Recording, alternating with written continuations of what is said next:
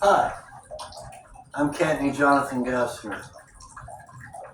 Thank you for joining me in the continued read narration of Evolving Behind the Water by Fred Huckabee, published in 2006. We're beginning with, in this video, we're beginning in chapter 6, picking up on chapter 6 of this read. This chapter runs 33 pages long. It's probably the longest chapter in the book. So I might have to cut this video down into 2 videos to get through this. Chapter 6 is titled Back in the Jungle. It's titled Struggling to Survive in the Jungle.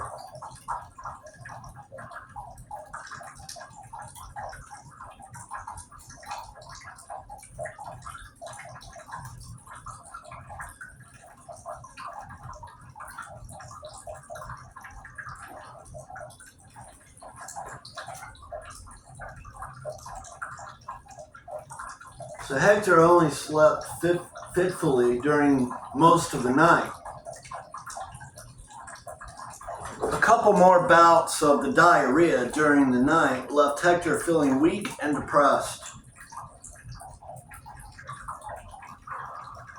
After the last episode, the stomach pain seemed to have finally eased, and he did manage to get a couple hours of sleep. After Hector aroused himself from a fitful sleep, the sky was brightening, but not yet hot and humid as it would surely be later.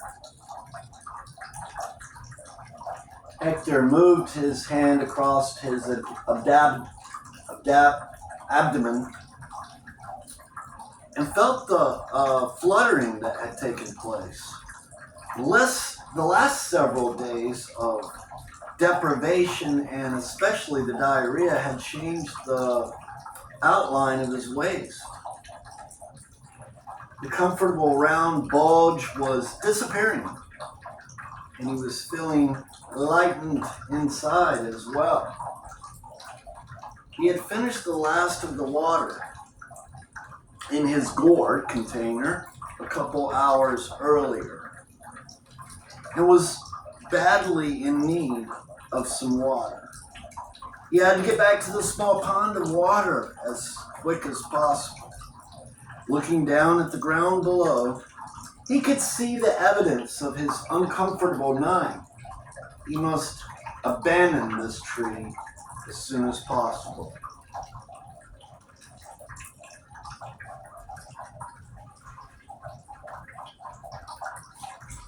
After converting his hammock back to his hip pack and eating one of the avocados, Hector secured all of his items and climbed down from his tree, stepping carefully to avoid the mess he had made. It was beginning to attract too many flies, and he was glad to leave.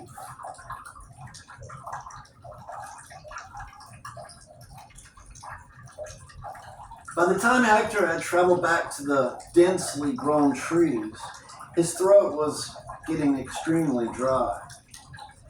The diarrhea had really dehydrated him.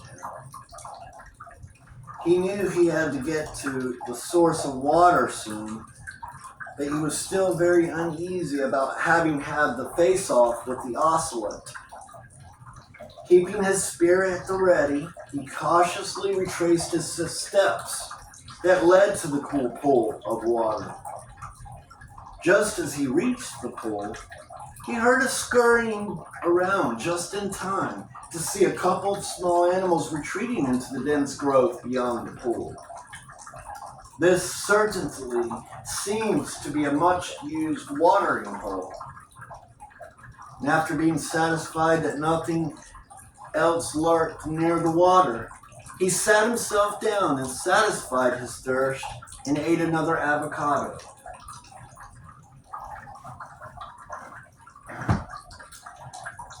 Over the next hour, He cleaned the wound on his neck and cleaned all the bandages. He felt that the neck wound had grown closed, but was still swollen and inflamed. The pain was greater if he turned his head too far to the right, so he tended to avoid that as much as possible. He began to think about what he should do before he left this cool little spring of water and continued his journey. Aside from the obvious of getting some water to take with him, he thought that he should take advantage of the opportunity to clean himself and his clothes. Being careful, Hector removed some of his clothing that was the most soiled and cleaned them. After cleaning each item, he put them back on, knowing they would be dry very quickly.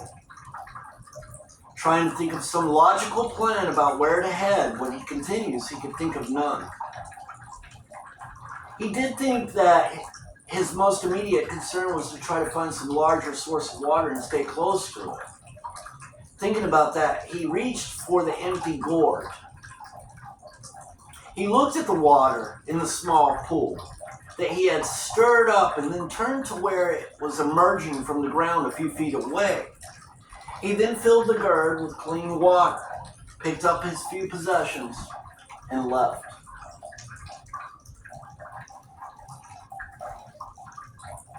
Hector walked for the rest of the day. In the early afternoon, a hard rain had fallen, leaving him soaked but cool. Within 15 minutes after the rain had fallen, he was dry again, and so was everything else. However, he did manage to refill his gourd water container from the heavy rain pouring from such large tropical leaves. Following the rain, gnats were very bad for the next couple hours. At one point, he came out from the trees and walked through an open area that contained very little overhead growth. Even the grass was thin and very dry. He watched the sky as he walked, hoping to see some aircraft that might be searching, but never saw anything.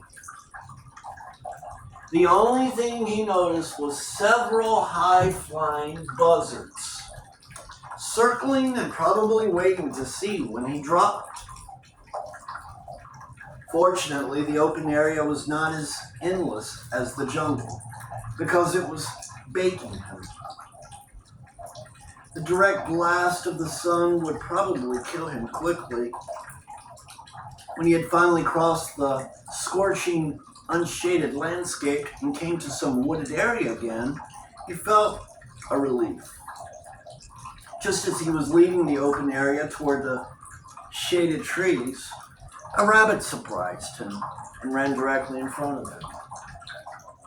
Almost as a reflex, he took a swing at it with a spear he was carrying, stunning it but not killing it.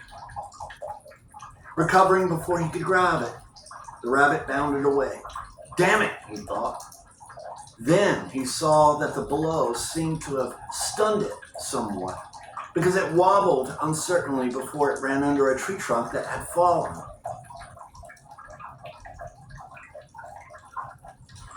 Keeping his eye on the place where the rabbit had disappeared, he crept closer, and as he drew near, he saw a slight movement in a pile of leaves and debris under the fallen tree. Moving very slowly forward, he saw the rear of the rabbit, almost buried in the leaves and moss.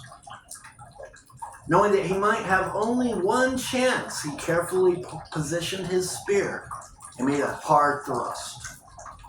With one sharp squeal and a few jerks, the rabbit quit moving.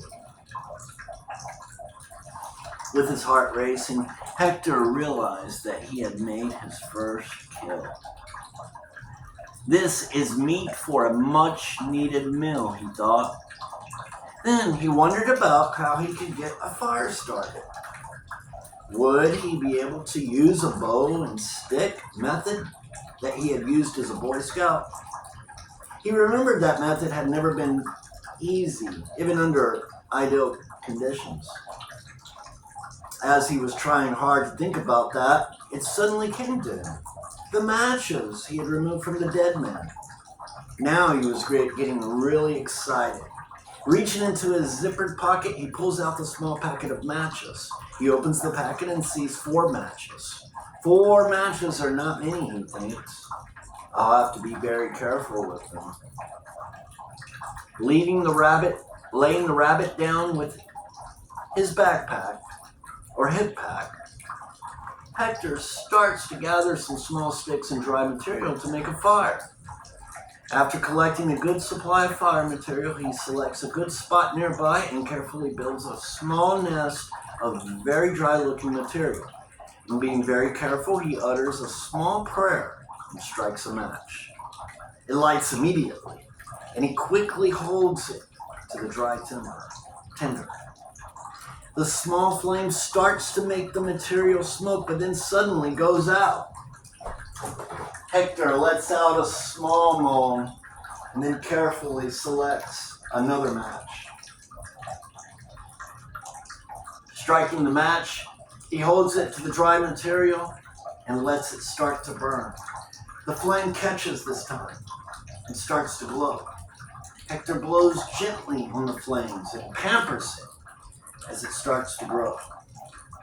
He lets out a satisfied sigh and continues to add fire material until the fire is burning well. Satisfied that the fire is now established, he puts the remaining 2 matches scarcely or securely back into his zippered packet.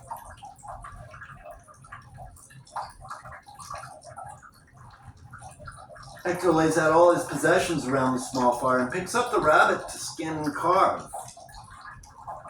He realizes this is not something that he has done in many years. He does remember how, because as a teenager, he went rabbit and squirrel hunting often. And while skinning and getting the rabbit, Hector thinks that probably most people in his society have never cleaned and prepared a wild animal. He finally skewers the animal on a long stick and starts to roast it. Over the next hour, Hector slowly cooks and then eats the rabbit. He is very pleased with himself. But what a good meal he had just made. He finishes eating all of the rabbit, except for one large leg.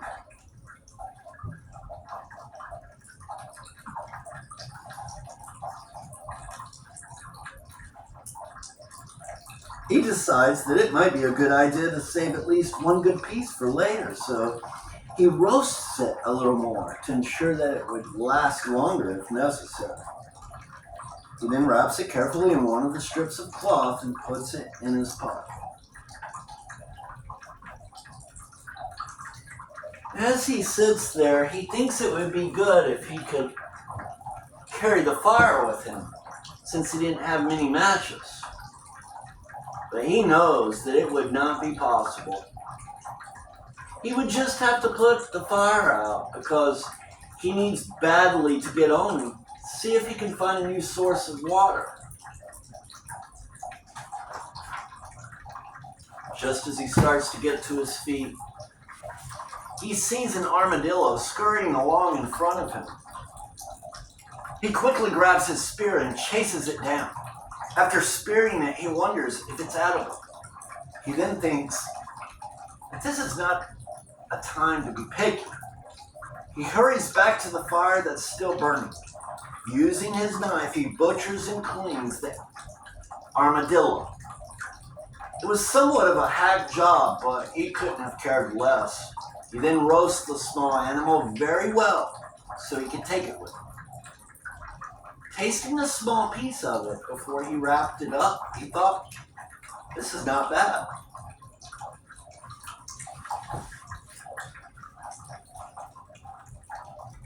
After crushing out the fire, Hector scatters the ashes and walks away. He's at least feeling stronger since getting some protein from the rabbit. Checking his supply of water, he sees that it's still about 1/3 full. Fortunately, he was able to fill it just after midday from the rain. He also has made a special point of being as conservative as possible, not knowing where or when he would find more water. Hector looks up at the trees and heavy growth around him. As well as he could judge, he thinks that there might be about 4 hours of daylight left. He tries again to think.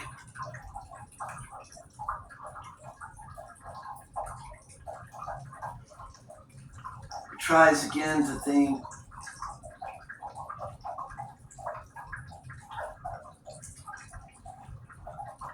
He tries again to think about where he's heading. And realizes that he has not really been following any plan. He decides that he should set at least some pattern to keep from just wandering in a circle for no reason.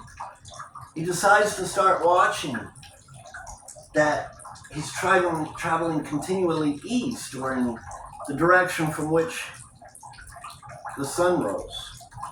Hector walks for a couple of hours trying to avoid areas where the growth is too dense.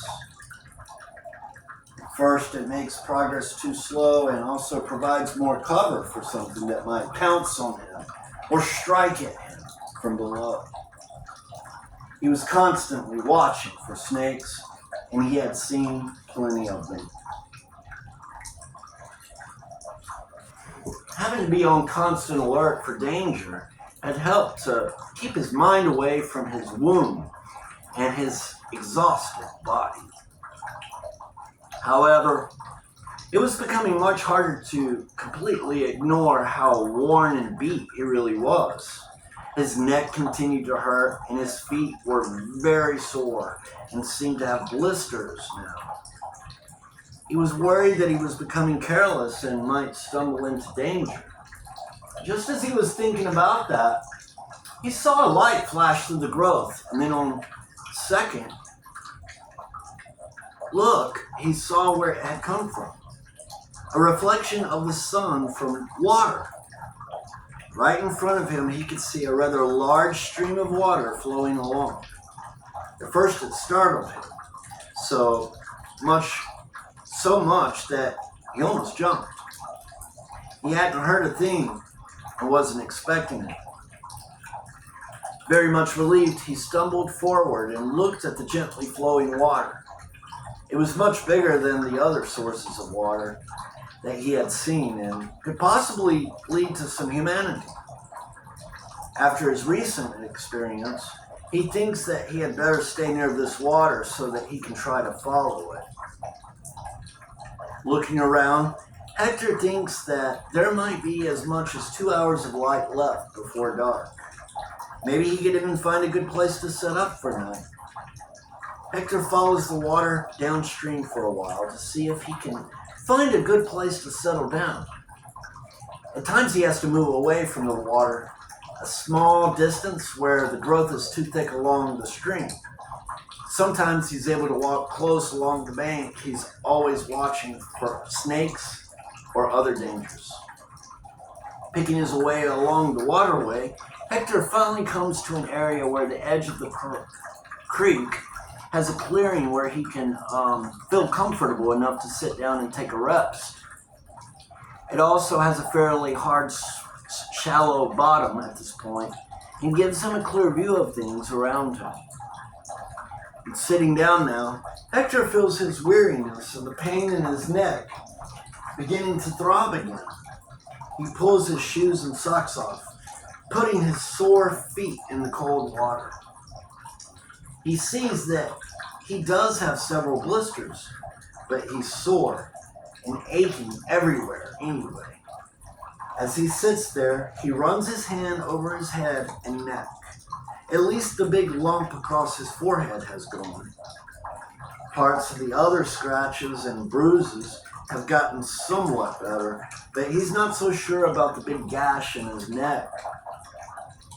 It's about as sore as it had been from the beginning and still seems to be swollen. He knows that he needs to clean and dress the wound again as soon as he rests some more. Hector looks out through the surrounding jungle and notices that things appear blurry beyond about 50 feet. For the first time since the crash, Hector realizes that he doesn't have his eyeglasses, which were obviously lost as soon as he went out of the airplane. Well, he would just have to get used to that. Not seeing well is a minor inconvenience compared to what else he faces. But he would have to be extra cautious about what he walks into. Fighting back the desire to just lie back and go to sleep, Hector decides that he must get up and find a good place to spend the night. There's probably not much more than an hour before it will start to get dark. He picks up his pack and spear, starts to look around the immediate area. This seems to be a good place near the water, but not right to sleep. If he could just find a small, low tree like the one he had stayed in earlier, but he didn't see any. He walks a short distance away from the water and soon sees a large tree that has fallen recently. When it had fallen, it had hit a smaller tree that was bent over and partly crushed beneath it. Looking at the tree, Hector could see that several broken limbs and vines were intertwined, creating almost a platform about 7 feet above the ground. Testing the fallen tree, Hector found that he could walk partly up the fallen trunk, then to a broken branch, and across to the intertwined branches. It even seemed to be fairly solid. Finding it to be perfect, Hector removed his makeshift pack and converted it to a hammock, as he had done on an earlier night. When he had first cut the seat cover from the airplane seat, he had never imagined that it would serve so varied a purpose. He felt secure that his bed for the night would at least be away from things that crawl on the ground. With his bed secured for the night, Hector decides to return to the stream, which is only about 100 yards away. Standing at the stream, Hector decides to risk removing his clothes and take a good bath. He lays his spear down within reach and sits down in the water.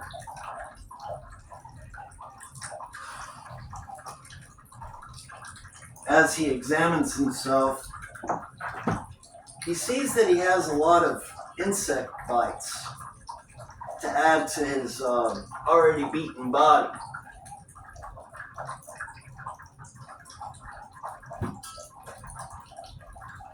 After taking a good bath, he removes the dirty bandage from his neck wound and lets the cool water run over the swollen gash.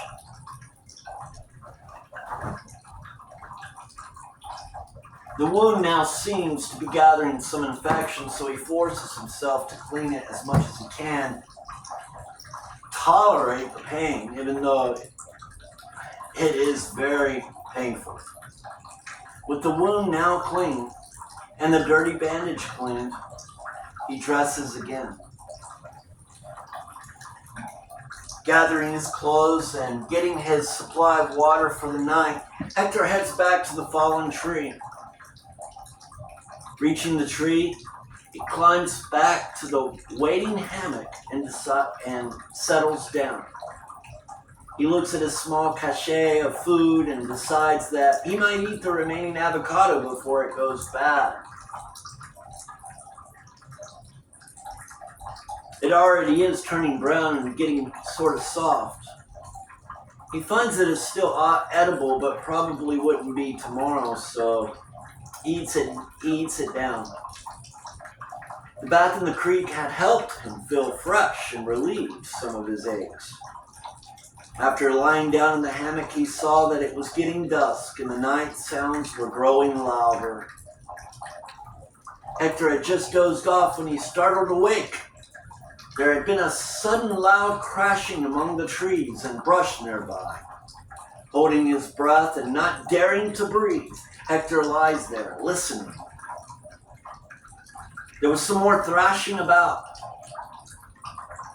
and then silence. Then a low, rumbling growl came from almost beneath him.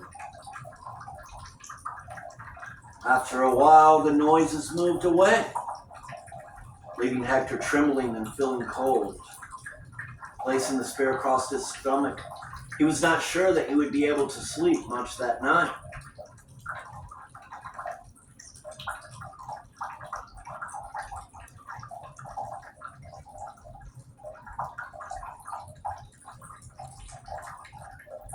Hector awoke that next morning to a chorus of birds' song. He had slept fitfully during the night and was not feeling well at all. His neck was feeling even worse than the night before. Putting his hand to his neck, he found his neck to be more swollen and hot. He didn't feel like getting up at all. After lying there for another hour, he felt that he must get up and get down to the water. Fortunately, getting down from the hammock was easy. Leaving his hammock but taking his spear, he walks towards the stream. He heard something scurry away, but he could not tell what it was. He got to the stream and took a drink of water and tried to look at his reflection in the water.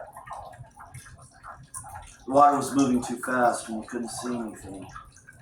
Pulling the neck bandage aside, Hector then looked at his fingers and could see that it was covered in yellow infection that was running from his neck.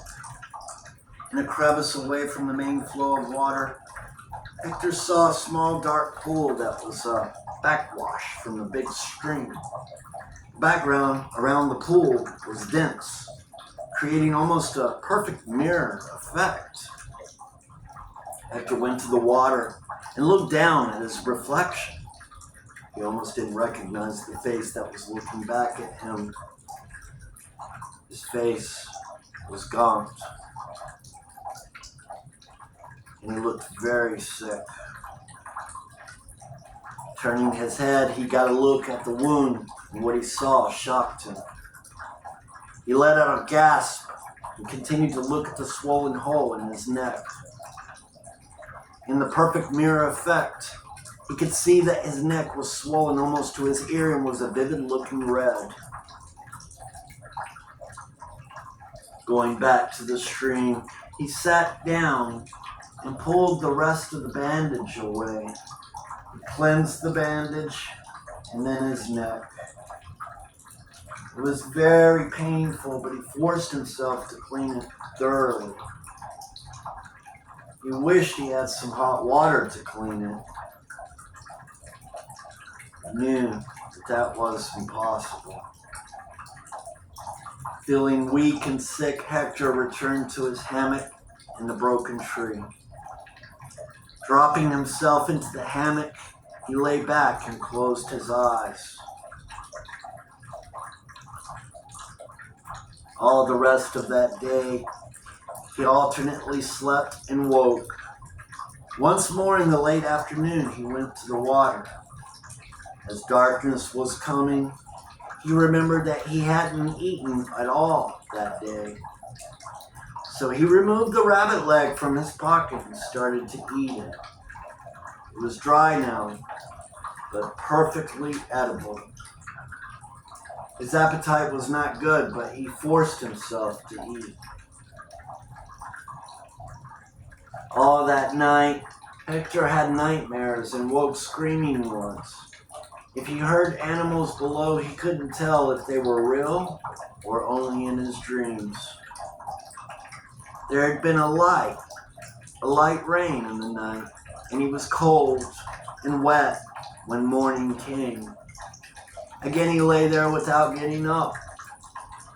After a couple of hours, the surroundings dried and started warming up. He forced himself to get up and go to the water again.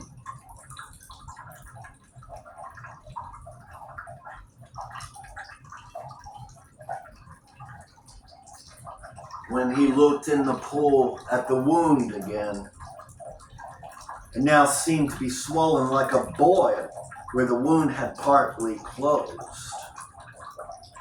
He could tell that it was filled with infection.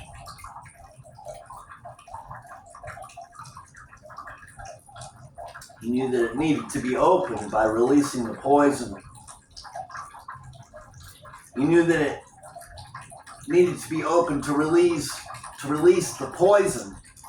And so what he did was he took his knife and, clenching his teeth, he placed it near the hard infected center or inflated center. He pressed the point in and twisted. And with a rush, the fluid burst forth. And as he started to wash it from his neck, he felt blackness come over him as he passed out.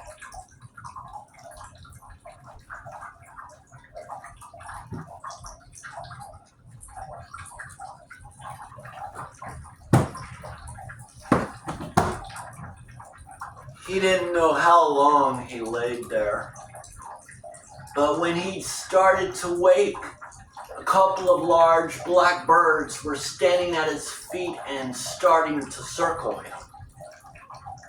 As he kicked at them, they flew away and into a nearby tree. He cleaned himself in the water, and taking his spear, he went back to the hammock, falling weakly into it. About mid-afternoon, when he woke, he felt hot and very thirsty. He drank from the gourd canteen, which he had again filled on his last trip to the water. After drinking, he thought that he might be feeling a little better as a result of releasing some of the poison from the wound. His neck was still painful to touch, but not quite so swollen. He also noticed that he was very hungry. He opened the pocket where he had stuffed the roasted armadillo parts, hoping that they would still be fit to eat. Unfortunately, he had cooked them well. They were very dried, but he found that they were good. Again, he wouldn't allow himself to eat the last piece, even though he was still hungry. He had been lucky so far, but he knew that he was always in danger of running out of food. Late in the afternoon, Hector got out of his bed and went to the nearby stream. He saw several ducks fly from the water as he approached. Too bad that he couldn't catch one. It would make a fine meal. Trying to clean the still painful, inflamed wound, Hector noticed that his legs had several large sores where he had been bitten by insects. He cleaned and washed them well and covered them with mud, hoping that it would help them to seal over with a scab. He applied more mud to his exposed skin, hoping that it would shield against biting insects as it had earlier. When he had finished, he looked around to see if there was any fruit that he might find. He was unable to see anything that looked edible. The growth right here was mostly a mix of medium and small trees with scattered undergrowth and vines. Along the water edge, the growth was thicker in certain areas and to be avoided because of snails. That would make following the river difficult and very slow. If only he had a boat. Traveling down the stream would get him further than traveling through the thick jungle. This started him thinking that maybe he could find some small logs and limbs that he could tie together with the many vines available.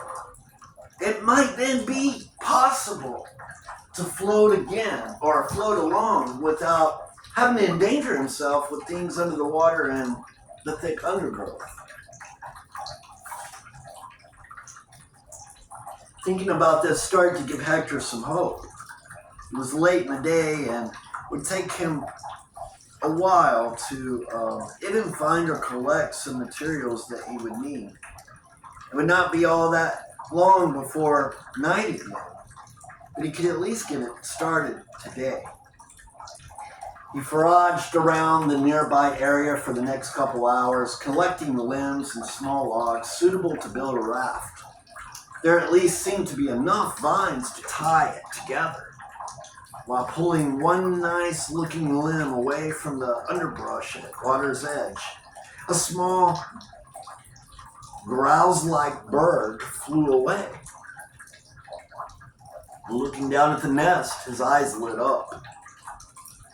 There in front of him were 9 small eggs, about the size of bantam chicken eggs. That would be equivalent to about 4 regular chicken eggs.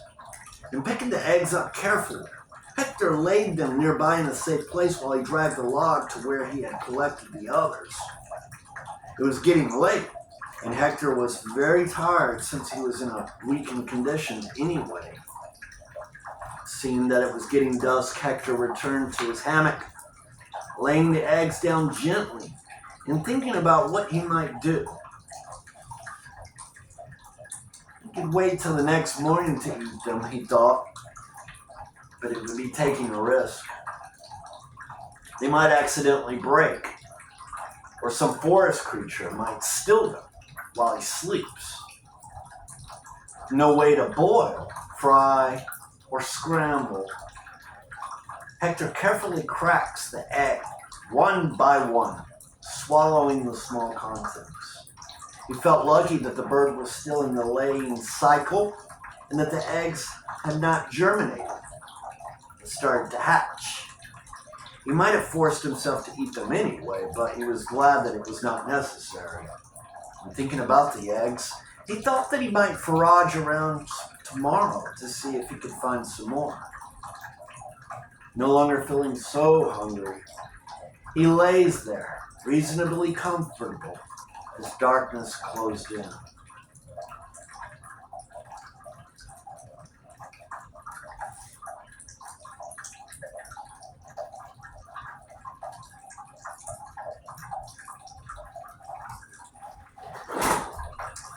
Hector slowly arouses just as the forest was beginning to lighten. He didn't remember hearing any noises during the night this time. Maybe he was getting accustomed to all of the sounds that night brought forth. Or maybe he was so exhausted that his body just had to give up to sleep. Although he was still suffering from the ravages of the past week, he felt better than he did over the last 2 or 3 days.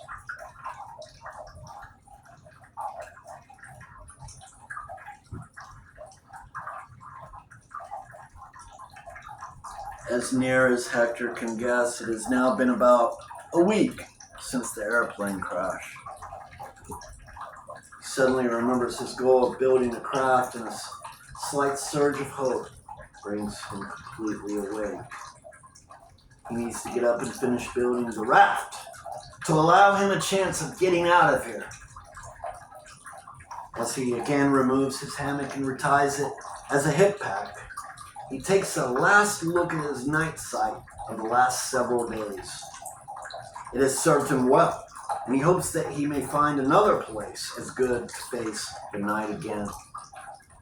Trying not to dwell too much on what hazards and discomforts may lay ahead, he heads back to where he had left the logs and vines from which he would make the raft. Arriving at the pile of small logs and branches by the stream, Hector tries to think about how he's going to do this. He needs to make it stable enough to support him above the water, but not so big as to hang on something that he cannot move. He had selected all the branches and logs of the size that he thought he might need, since he had no way to cut them. First, before he started, he would get a good drink of water and fill his gourd with water, since he knew he would be sweating a lot. After a couple of hours of steadily working on the raft, Hector takes a break and refreshes himself in the stream. While he's resting and watching the water, he thinks about the stories of piranha fish that inhabit some tropical waters. This worries him. But looking at the harmless and inviting water, he sees no evidence right now. He realizes that there are plenty of other things besides piranha fish to worry about. He knows that there are plenty of snakes along the waterway because he has seen them. Hector feels hungry and is now very concerned about finding food. With one piece of the roasted armadillo remaining, he realizes that he probably must eat now. He finishes it and wishes that he had not thrown away some of the body parts of the rabbit and armadillo that he thought unfit. Thinking about his predicament, Hector realizes that he can't keep working on the raft right now. He must find some food while he still has the strength. He takes his spear and starts to forage along the streams.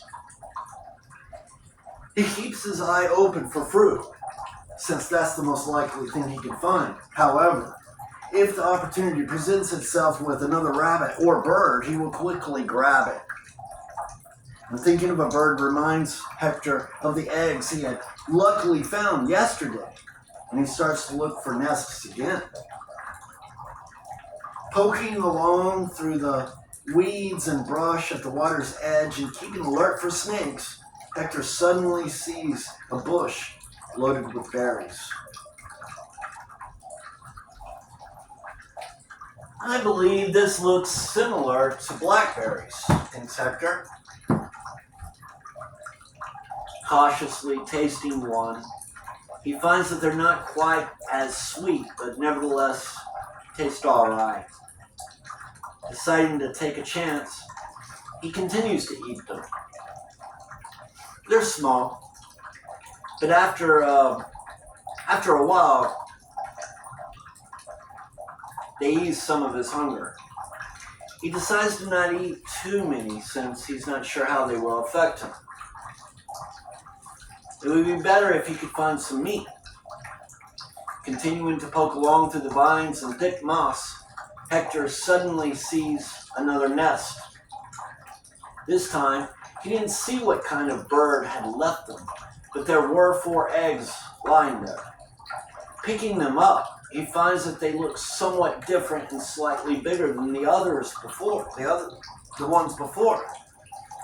He decides to open one and see what it's like. As long as it's not a snake or a crocodile egg, he thinks he will eat it. Hector finds it good and immediately eats the others. With his hunger satisfied for the moment, Hector decides that he should return to his project and work on the raft.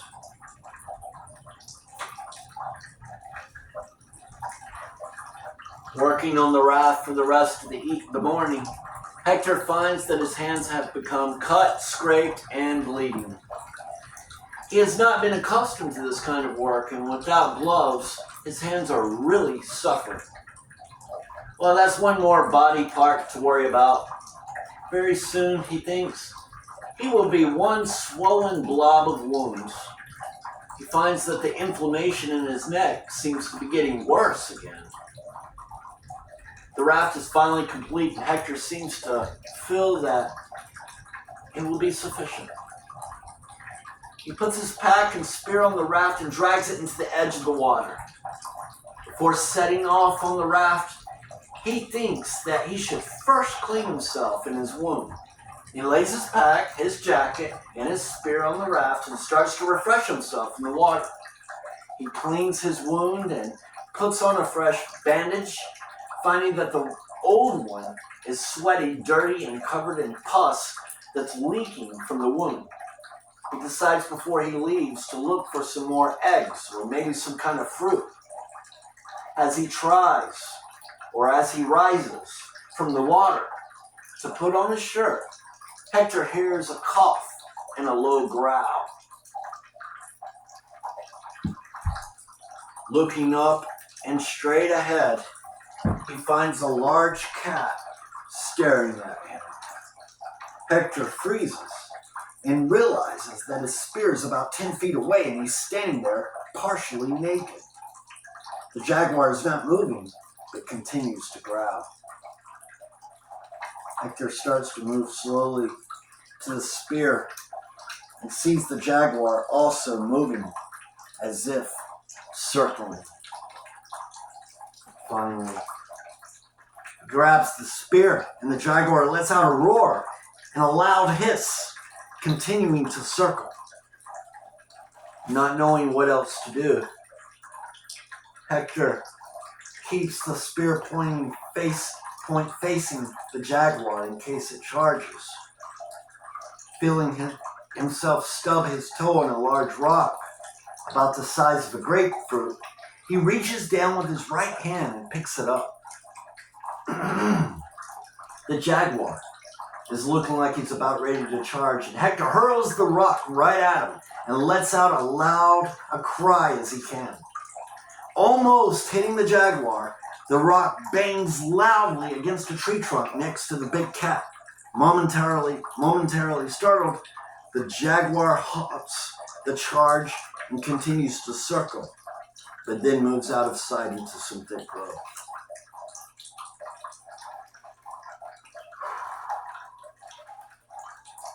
Now feeling almost paralyzed with fear, Hector keeps watching the dense growth and listening.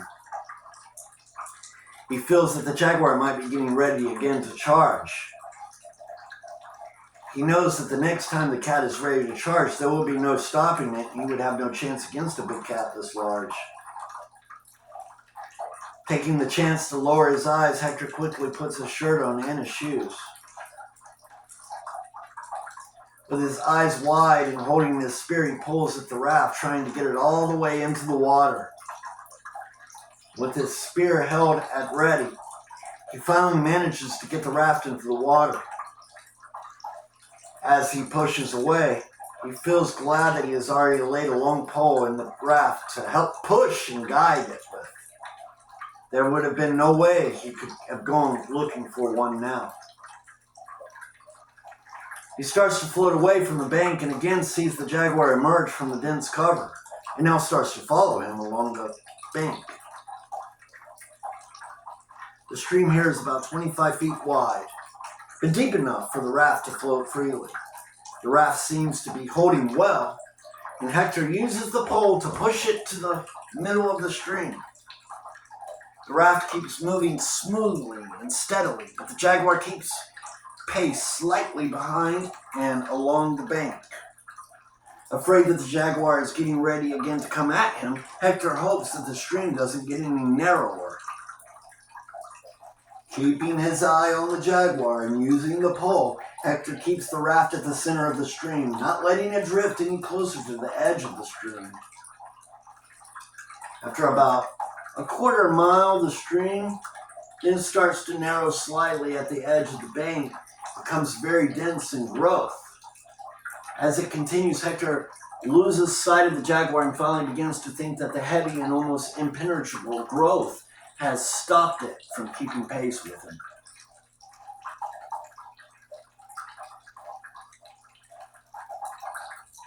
After about a half hour, the stream starts to widen again.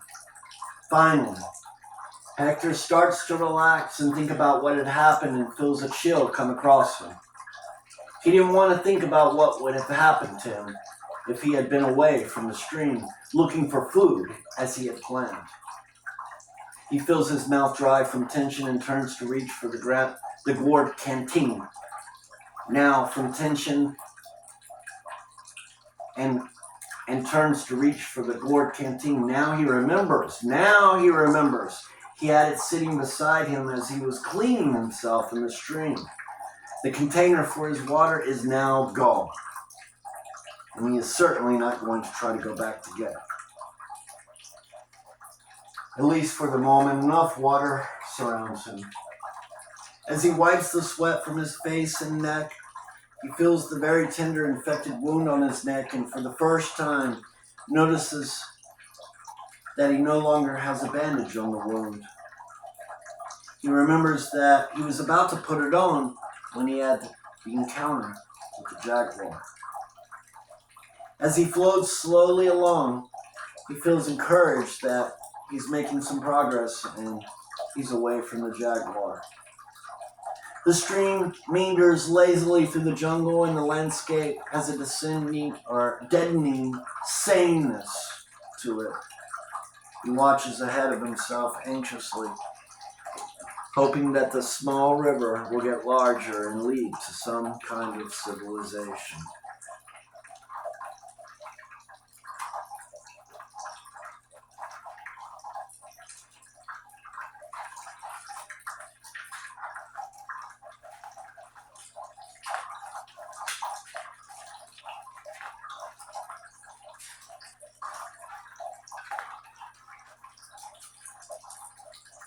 "17 pages left of chapter 6, so we're going to continue this in the next video. Chapter 6. Thank you for joining me.